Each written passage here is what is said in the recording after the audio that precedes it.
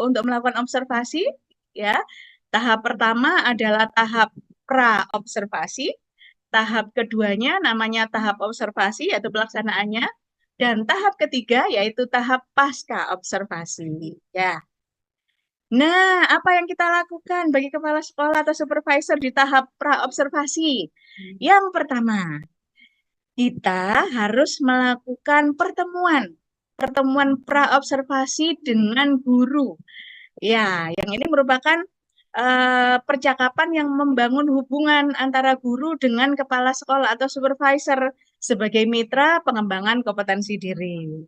Sudah. Kemudian percakapan observasi ini bisa menggunakan percakapan coaching untuk perencanaan kepala sekolah. Untuk perencanaan ini, kepala sekolah bisa mencatat apa yang menjadi sasaran pengembangan guru dan menginformasikan kepada guru tentang prosedur observasi. Yang ketiga, supervisor atau kepala sekolah menyampaikan tujuan besar observasi dan tujuan dari percakapan awal. Ini untuk apa kita mengadakan observasi ini, apa yang nanti akan diobservasi, RPW-nya seperti apa, dan seperti itu. Kemudian guru menyampaikan rancangan pelaksanaan pembelajaran atau modul ajarnya ya, dan menginformasikan aspek pengembangan yang hendak diobservasi kepala sekolah, gitu nggih. Kemudian setelah pembicaraan ini, guru menyepakati sasaran observasi, waktu kunjungan kelasnya kapan, dan waktu percakapan pasca observasi. Seperti itu.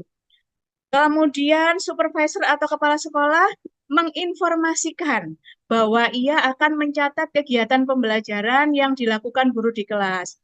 Nyuwun sewu ya Bapak Ibu, nanti saya akan mencatat apa yang saya amati pada waktu observasi sehingga mereka tidak merasa apa nggih gemeter bahwa nanti wah kok koyok di kayak di biji waktu apa waktu inilah waktu kita mau selesai kuliah itu namanya apa? Eh, waktu tugas akhir kuliah itu jangan nggak kayak gitu, tapi ini sekedar apa nggih, sekedar biar ada recordnya, catatannya bahwa tadi itu seperti ini seperti itu, oke ya. Kemudian percakapan observasi sebaiknya berlangsung dengan suasana santuy dan kekeluargaan dengan semangat positif ya. Jadi kita membuat senyaman mungkin guru-guru sehingga mereka bisa melakukan observasi ini tanpa kayak dihantui oleh observer atau supervisornya. Nah, di tahap observasi apa yang harus kita lakukan? Yang pertama, observasi ini adalah aktivitas pengamatan oleh kepala sekolah pada saat guru melaksanakan pembelajaran di kelas. Tujuan utama tapi ini adalah untuk mengambil data atau informasi secara objektif ya, bukan subjektif ya. Oh, lek guru ini mesti pintar, guru itu enggak, secara objektif seperti kata yang tadi memberikan pendapatnya tadi ya, secara objektif biar tahu gitu ya aspek pengembangan yang sudah disepakati. Pengamatan oleh kepala sekolah menggunakan instrumen yang telah ditentukan sebelumnya. Ya, instrumennya ini bisa di-download di apa deh? Pendidikan Guru Penggerak itu juga ada 6 lembar kalau tidak salah itu bisa bisa di-download dari situ. Nah, hal-hal yang harus diperhatikan saat observasi pembelajaran yaitu yang pertama, kepala sekolah tidak boleh mengganggu pembelajaran dan tidak ikut membantu guru dalam pembelajaran. Kayak misalnya, saya Bu, sampean itu memang keliru, saya tak bener, no. Ini gini loh, enggak boleh itu ya. Enggak boleh ikut sama sekali ya. Kemudian kepala sekolah hanya melakukan pengamatan, jadi cuma mengamati saja, gitu ya. Kemudian kepala sekolah boleh melihat secara dekat aktivitas pembelajaran murid saat murid mengerjakan tugas. Misalnya waktu murid disuruh diskusi kelompok gitu boleh mengamati apa sih yang mereka bicarakan waktu diskusi, apa sih hasil diskusinya itu boleh mengamati sambil mencatat itu juga boleh ya. Nah, tahap terakhir. Tahap terakhir yaitu tahap pasca observasi. Nah, yang namanya tahap pasca itu berarti ya setelah observasi dilakukan ya, boleh besoknya, boleh ya pokoknya sewaktu longgarnya dua orang ini jadi kepala sekolah sama gurunya. Nah, apa yang dilakukan pada waktu tahap pasca observasi? Yang pertama adalah supervisor atau kepala sekolah dan guru secara bersama-sama memahami tujuan percakapan dan saling percaya akan tahapan kegiatan yang berlangsung. Jadi misalnya contoh pembicaraannya kayak gitu. Ibu, jadi kepala sekolah ya ke guru. Ibu, tadi waktu atau kemarin waktu ibu saya observasi kira-kira gimana? Oh iya Pak, saya kemarin kayaknya saya lupa memberikan asesmen atau lupa memberikan motivasi ke anak-anak atau gimana. Itu nanti akan muncul dengan sendirinya dari guru-guru tanpa kita harus, Bu, ibu tadi itu keliru, kemarin itu keliru, seharusnya ibu itu seperti ini, seperti ini, seperti ini. Ibu nggak pakai media yang kayak gini, nggak boleh, bukan kayak gitu. Tapi ini adalah sebuah pembicaraan santai yang menyenangkan, yang kita bisa menerima masukan dari guru-guru itu. Ngaten nggih. Kemudian percakapan pasca observasi berisikan aktivitas berikut. Yang pertama, menyampaikan tujuan percakapan dan hasil analisis data observasi kepada guru. Jadi setelah kita memperoleh jawaban dari guru, kita omongkan, Ibu, ngapunten ya, kemarin waktu Ibu saya observasi itu ada seperti ini. Ibu sudah luar biasa di bagian ini. Juga Ibu kemarin kayaknya Ibu lupa untuk menyampaikan tujuan pembelajaran atau apa seperti apa itu kayak gitu ya. Kemudian melakukan percakapan umpan balik. Dalam percakapan kepala sekolah menemukan area pengembangan dan perbaikan diri yang hendak dilakukan. Oh, tadi Ibu merasa Ibu kurang ini ya. Nah, menurut Ibu kalau misalnya Ibu kurang ini, Ibu harus melakukan hal yang seperti apa untuk pengembangan dirinya. Nah, kayak gitu. Itu jawaban itu akan muncul dari mereka sendiri dan sangat luar biasa sekali nanti jawabannya ya. Nah, catat hasil umpan balik percakapan pada area pengembangan, perencanaan area pengembangan, dan rencana aksi pengembangan diri. Jadi mereka merencanakan sesuatu yang luar biasa apa nantinya untuk perkembangan diri mereka. Nah, seperti itu ya. Dan nanti kayaknya Pak Cici akan menjelaskan lebih jauh karena beliau sudah apa nggih menyelesaikan eh di PMM itu ada observasi kelas, di situ ada aksi nyatanya. Nanti kita bisa belajar dari Pak Cici, belajar banyak dari Pak Cici gimana cara membuat aksi nyatanya biar biar nanti diterima di PMM, keluar sertifikatnya dan lain sebagainya seperti itu. Nah, itu dari saya kira sudah cukup sampai tulisan terima kasih. Salam sehat dan bahagia. Mudah-mudahan apa yang saya sampaikan ini bermanfaat untuk kita semua.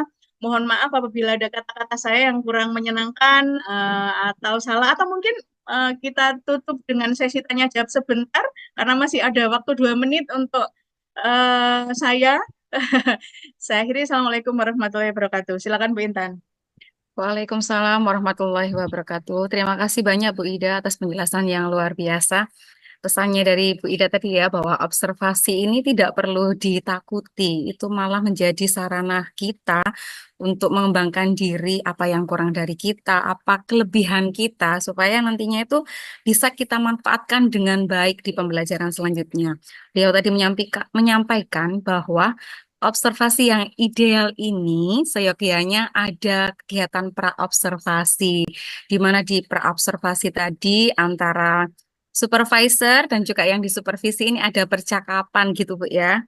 Ada percakapan sehingga menimbulkan kecocokan. Besok mau diobservasi yang seperti apa, ada kendala apa, sehingga saat diobservasi, orang yang diobservasi ini benar-benar sudah siap dan juga matang untuk diobservasi oleh atasan seperti itu. Kemudian setelah kegiatan intinya observasi, setelahnya pun masih ada obrolan santai juga tadi aturnya Bu Ida ngobrol-ngobrol enak gitu ya. Tadi gimana observasinya seperti itu untuk mengulas kembali dan tidak ada judgement kurang ini kurang itu bukan, tapi evaluasi bersama, duduk bersama untuk menemukan kemarin apa yang terlewat seperti itu, kemudian tindak lanjutnya bagaimana seperti itu, Bu ya. Semoga teman-teman yang mengikuti webinar hari ini juga menjadikan kegiatan observasi ini menjadi kegiatan yang nagihi, Bu ya, bukan yang menakutkan. Utamanya bagi saya sendiri, karena saya juga akan diobservasi oleh Bu Ida. Terima kasih banyak Bu Ida atas penyampaian Yeay, yang luar biasa. Kami oke. persilakan, ini sudah ada yang raise hand dari Berisi. SMA Wahid, ya, Bu Risti. Bu Risti Wilujeng, kami persilakan Bu Risti untuk open mic. Silakan berisi. Eh, baik, terima kasih atas kesempatannya. Mohon maaf ya, saya nggak bisa on cam ini. Padahal pengen Nggak lihat apa-apa, wajah nggih. cantiknya Bu Risti nih. Inje sampai di jalan ini, Bu Ida. Mohon maaf ini. Hati-hati Bu Oh, ya. mandek dulu. J. Nggih, Bu Risti monggo. Ngapunten Bu Ida sebagai narsum. Assalamualaikum warahmatullahi wabarakatuh, Bu Ida sebagai Waalaikumsalam narsumnya warahmatullahi luar wabarakatuh. biasa. Pertanyaan saya simpel aja, Ibu, hanya dua. Yang pertama, observasi kelas atau saya sebut yang mengobservasi ini saya sebut sebagai observer ya Bu Ida ya. Ya. Nah, observer itu apakah harus KS, kepala sekolah? Yang pertama pertanyaan saya. Kemudian yang kedua, kualifikasi apa atau kualifikasi yang dibutuhkan seorang observer untuk melakukan observasi? Itu aja Bu Ida, matur nuwun. Ya. Assalamualaikum. Ya, Waalaikumsalam warahmatullahi wabarakatuh. Sebelumnya saya mohon izin untuk stop share dulu ya, biar tidak mengganggu ini. Ya, Bu Risti, terima kasih banyak, luar biasa sekali pertanyaannya tadi. Saya tadi agak lumayan surprise ya, Masya Allah dari SMA ini bisa mengikuti Zoom kita. Ya, Bu Risti, untuk pertanyaan Bu Risti yang pertama yaitu apakah observer itu harus kepala sekolah? Apa nggak boleh yang lain juga mengobservasi gitu ya? Ya, Bristi, jadi eh, untuk keperluan PMM, ya, untuk SKP PMM ini kan ada yang namanya penilaian dari kepala sekolah. Jadi, jadi di sini kepala sekolah ya sebisa mungkin untuk melaksanakan kewajibannya untuk melakukan observasi. Itu tadi tidak terlalu berlebihan, tidak terlalu berlebihan sampai yang sekian jam pelajaran atau malah kurang dari itu, misalnya cuman foto aja kayak gitu. Jangan ya, Dek ya tadi ya. Jadi itu. Kemudian memungkinkan juga bahwa observasi ini dilakukan oleh rekan sejawat. Untuk apa? Untuk bisa merefleksi, untuk bisa mengetahui juga bagaimana sih pembelajaran yang dilakukan oleh Bu Risti ini, seluar biasa apa sih Bu Risti waktu melakukan pembelajaran. Saya bisa bisa dapat contoh dari pembelajaran yang dilakukan oleh Bu Risti, nantinya saya bisa menerapkan di kelas saya kayak gitu. Itu juga boleh ada catatan-catatan di situ gitu. Oke. Kemudian kualifikasi yang dibutuhkan oleh seorang observer sebenarnya nggak harus kualifikasinya ini, mungkin mungkin dalam pikiran kita, oh sing oleh observasi itu kepala sekolah sampai guru senior, enggak juga kan. Yang namanya pembelajar sepanjang hayat itu nggak harus dia yang berstrata lebih tinggi dari kita atau seperti apa. Semua orang boleh boleh apa nggih, belajar dari pembelajaran kita. Semua orang boleh merefleksi pembelajaran kita. Semua orang boleh ngasih umpan balik pada pembelajaran kita. Seperti itu, Bu Risti. Jadi nggak ada kualifikasi tertentu. Oh, dia harus ini, harus itu, enggak. Yang jelas itu tadi, kepala sekolah seharusnya melaksanakan tugasnya di PMM sebagai observer. Kemudian rekan-rekan sejawat juga boleh mengobservasi gitu sehingga mendapatkan banyak pengetahuan baru, mendapatkan banyak pengetahuan. Dan nantinya itu kan jadi sesuatu apa nggih, ilmu yang berkah, yang barokah untuk yang lain. Ngaten Bu Risti, terima kasih. Bagaimana Bu Nggih, Risti? matur nuwun Bu Ida. Nggih, matur nuwun. Nggih, nggih, nggih. Nggih, nggih, Soalnya Bu kan Risti. di sekolah kami itu sebelum ada ini ya observasi KS di PMM itu sudah ada yang namanya supervisi secara berkala Oh ya. gitu. Nah, salah satu waktunya yang mensupervisi itu selain pimpinan juga guru-guru yang sudah GP, guru penggerak, termasuk saya. Kemudian kebetulan tahun kemarin dan tahun ini saya sebagai guru pamong PPG itu kan hampir sama mengobservasi sebagai observer mahasiswa yang membuat video pembelajaran itu. Jadi di situ paling tidak kita harus punya kualifikasi mengenai beberapa model, beberapa eh, refleksi yang nantinya itu bermanfaat bagi guru yang kita observer, kemudian memberi masukan dan sebagainya. Sehingga di sini observasinya tidak hanya kita itu melihat saja, tetapi kita juga sharing memberikan masukan. Tatkala misalkan pemantiknya masih belum mengena, kemudian refleksinya kok masih bias, belum mengerucut dan sebagainya. Jadi paling tidak kita punya sedikit pengetahuan seperti itu. Mungkin Bu Ida, ngapunten Bu Ida, Nggih, hanya nggih Bu Risti, berbagi ini luar aja. biasa sekali loh ya. Bu Matur Risti ini nuwun. ternyata guru pamong PPG. Kita boleh dong berikan aplaus buat Bu Risti ya. Ini yang apa nggih? Salah satu yang diimpikan oleh banyak guru bahwa bisa menjadi guru pamong, bisa menjadi praktisi mengajar, yang juga bisa apa nggih membagikan ilmu di tingkatan yang lebih tinggi. Nggih, Bu Risti, kalau di sekolah itu punya kualifikasi apa akademik yang sebagus itu, ya boleh saja Bu Risti, kan itu malah menjadi masukan.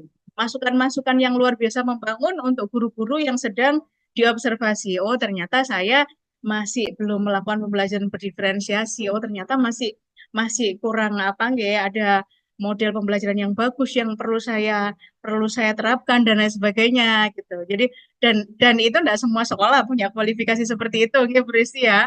Bagi sekolah-sekolah yang di situ nggak ada apa nggih yang sequalified itu, ya yes, welcome pada semua yang apa nggih yang di situ kita bisa belajar, kita bisa saling sharing, kita bisa saling merefleksi, kita bisa saling beri masukan. Nah, itu tujuannya seperti itu Bu Risti. Ya, terima kasih banyak Bu Risti. Oke, sami-sami Bu Ida. Terima kasih Bu Ida. Sama-sama. Terima kasih Bu Risti atas pertanyaan dan juga sharing ilmunya yang luar biasa.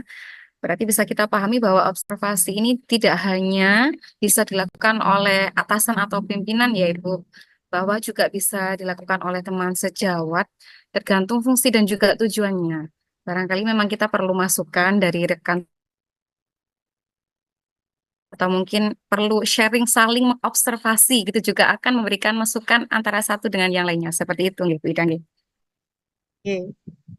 Baik, rekan-rekan yang lain, Bapak Ibu guru hebat, apa ada yang perlu didiskusikan kembali dengan Bu Ida? Monggo kami persilakan untuk raise hand jika ada yang ingin disampaikan atau ditanyakan. Oke, sepertinya kita skip dulu Ibu. Mungkin masih ada beberapa yang terngiang-ngiang tapi belum ingin disampaikan. Monggo ditahan dulu, mungkin nanti bisa sampaikan lewat chat. Kita lanjut ke materi selanjutnya. Nah, ini akan disampaikan oleh Ketua Komunitas Belajar SDN Wonoplintan 1, Bapak Cici Sugiarto SPD. Kami persilakan Pak Cici.